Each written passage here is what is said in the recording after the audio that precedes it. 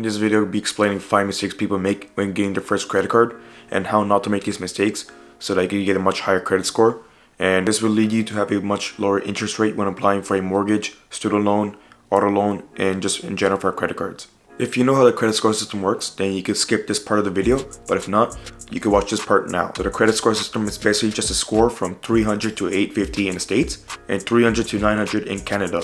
And what the credit score system is basically how well you do financially, and it's a report card for how well you manage your finances in life, just like how well you do in school from your report card. The higher your score, the less of a risk you are to the banks, and from that you're going to get a much lower interest rate from a student loan, auto loan, mortgage, and etc. So the credit score system incorporates 5 different elements, which is your on-time payments, your credit utilization, your types of credits, your credit history, and your credit inquiries. And in this video, I'm going to briefly explain what each of these 5 parts are. So your payment history accounts for 35% of the score.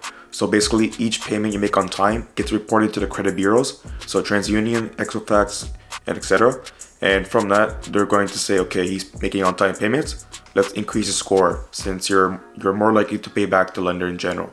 But if you end up defaulting on your loan, meaning if you don't pay back the full amount at the end of each month, not only you get charged a hefty interest fee of around 19.99%, but also your credit score drops significantly, and it can stay in your report for up to 7 years. So in general, just don't miss a payment. If you can't make the full payment, at least make the minimum payment so that you can at least keep your credit score intact. I recommend turning on autopay so you never miss a payment, and also you have a good record of making on-time payments. So the second factor is your credit utilization, and this accounts for 30% of your score. Credit utilization means how much credit you're borrowing against how much you have available. So let's say, for example, you have a credit limit of $500 and you spend $200 on your credit card. So if you do the math, 200 divided by 500, now that's a 40% utilization. It's not really good since you don't want your utilization going above 30%.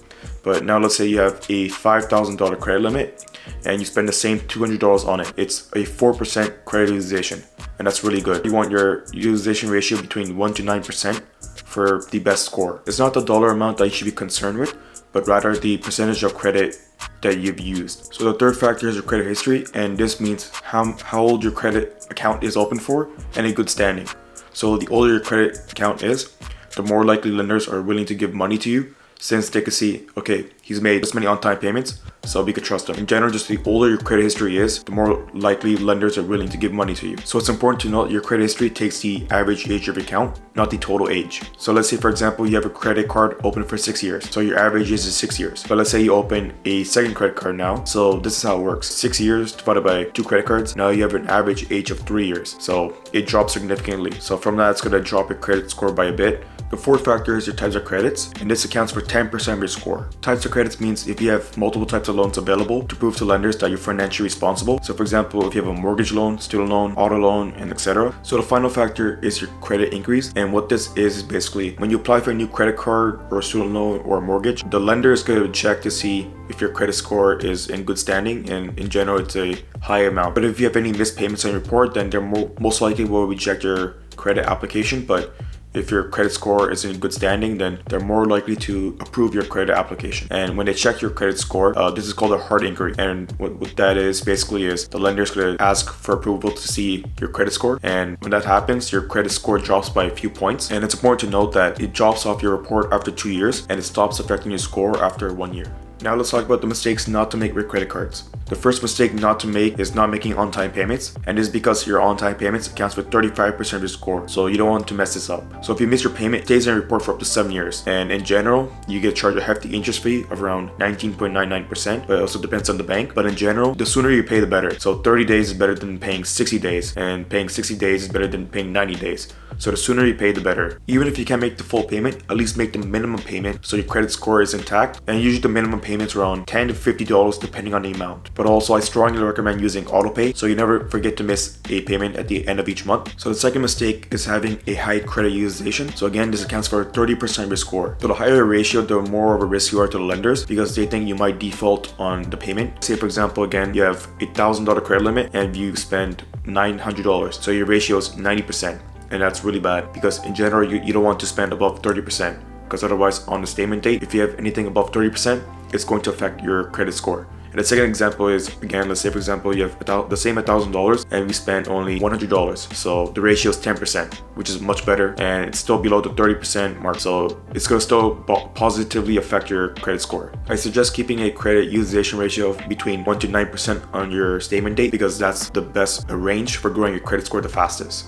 But also you could call your bank every couple of months requesting to increase your credit limit. So that means you're gonna have a much lower credit utilization ratio. The third mistake to not make is closing your oldest credit account. And this is because your oldest credit card is usually what is reported for your credit history. And the older your credit history is, the more likely lenders are willing to give money to you. And this is because they can see exactly how many on-time payments you have. And if you close your oldest amount, your average age account drops significantly. Your credit history accounts for 15% of your score, and your credit history takes a long time to build. So you don't want to be closing your oldest credit account just because you're not using it that often. And in general, if you don't use your credit card that often, at least make a small purchase on the card at the end of each month just to keep it active, because otherwise the bank might close your credit account entirely. And if your card has no annual fee, then in general just keep the card, keep it open, and just spend a few dollars at the end of each month and pay it back in full, so your credit history gets better. But if your credit card has an annual fee, what I suggest is calling the bank and asking if you could downgrade the card to a free card so that your credit history gets transferred over, but also you don't close your card entirely. So again, don't close any of your oldest cards, even if you don't use them, because very important for your credit score in general. And also one thing to note, when you close your credit card, you also reduce your total credit limit. So that results in a higher credit utilization ratio, and from that your credit score also might drop a bit. So the fourth mistake to not make is applying for too many credit cards in a short period of time. So your credit increase accounts for 10% of your credit score. Let's say for example you apply for 3 credit cards and a student loan in just 1 week. So the banks are going to question why you need this much credit in a short period of time, and because of that they're going to deem me more risky since you need this much money. So they're going to lower your credit score by a bit. So in general, if you want to apply for credit cards, do it every couple of months rather than like every week. So you're not going to get too many credit increase on your report. And in general, the more credit increase you have, the more it's going to impact your score. But obviously it's going to affect your credit score for up to 1 year. Then it falls off your report for 2 years. So again, make sure to not apply for too many credit cards in a short period of time. But also another thing to remember is when you apply for new credit cards, your average credit history also drops. When that happens, also your credit score will drop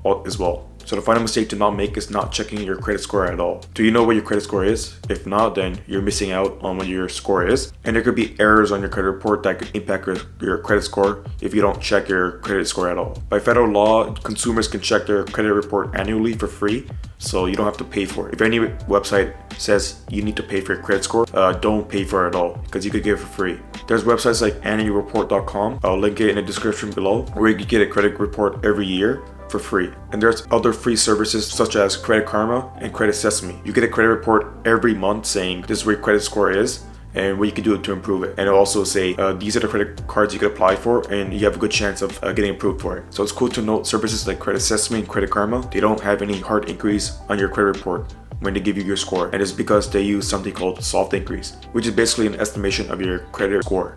So they don't actually check your credit score, but they'll make an estimate based on how many on-time payments you made. And the more on-time payments you have, the more likely your score is going to be a bit higher. Services like that, they're really cool to have.